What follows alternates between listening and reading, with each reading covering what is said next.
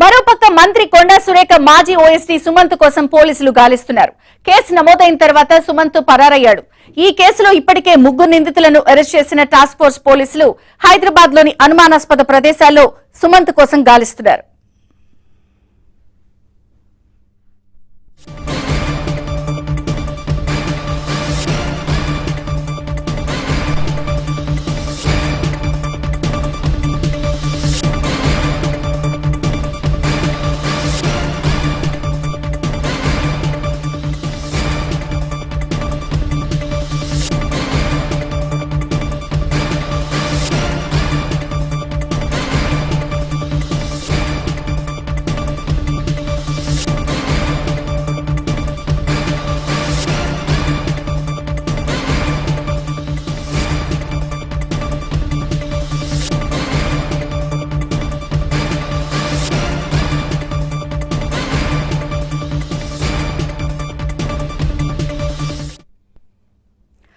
మనం చూడొచ్చు, మంత్రి కొండా సురేఖ మాజీ ఓఎస్టీ సుమంత్ కోసం పోలీసులు తీవ్రంగా గాలిస్తున్నారు.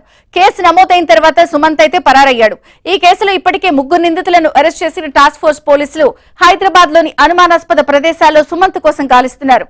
ఇక మరిన్ని అప్డేట్స్ మా క్రైమ్ ప్రతినిధి ప్రవీణ్ అందిస్తారు. ప్రవీణ్,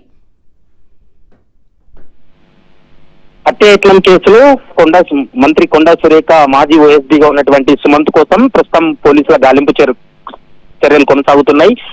సుమంత్ కోసం ప్రత్యేకంగా 3 బృందాలు ఏర్పాటు చేసి గాలింపు చర్యలు అయితే కొనసాగిస్తున్నారు. హైదరాబాద్ లోని ఒక మంత్రి ఇంట్లో తలదాచుకోనున్నాడనేటువంటి సమాచారం ఉంది. అయితే పోలీసులు పక్కా సమాచారం వచ్చిన తర్వాత ఆ మంత్రి ఇంట్లో కూడా సోదాలు చేసేటువంటి అవకాశం అయితే కనిపిస్తుంది. మరోవైపు సుమంత్ పైన కేసు నమోదైన తర్వాత, అంటే 0 ఎఫ్ఐఆర్ మేడిపల్లిలో నమోదైన తర్వాత ఈ కేసును జూబ్లీహిల్స్ కు ట్రాన్స్ఫర్ చేశారు. జూబ్లీహిల్స్ పోలీసులు అలసత్వం ప్రదర్శించడం, 0 ఎఫ్ఐఆర్ ను తిరిగి ఎఫ్ఐఆర్ నమోదు చేయడంలో ఇన్స్పెక్టర్ అలసత్వం ప్రదర్శించడంతో కొద్ది నిమిషాల క్రితమే మనం చూసాం జూబ్లీహిల్స్ ఇన్స్పెక్టర్ ను కూడా సిపి సజ్జనార్ సస్పెండ్ చేసినటువంటి పరిస్థితి కనబడుతుంది.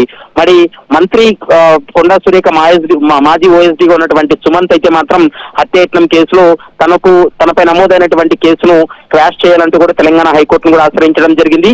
కానీ తెలంగాణ హైకోర్టులో వేసినటువంటి పిటిషన్ ఏదైతే ఉందో అది ఇంకా స్క్రూటినీ దశలోనే ఉంది.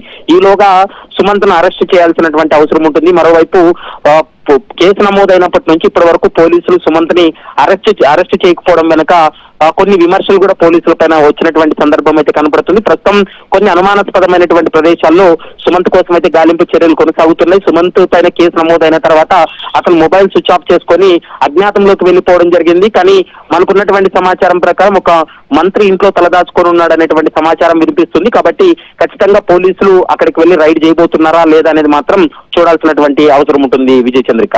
Okay Praveen, thank you.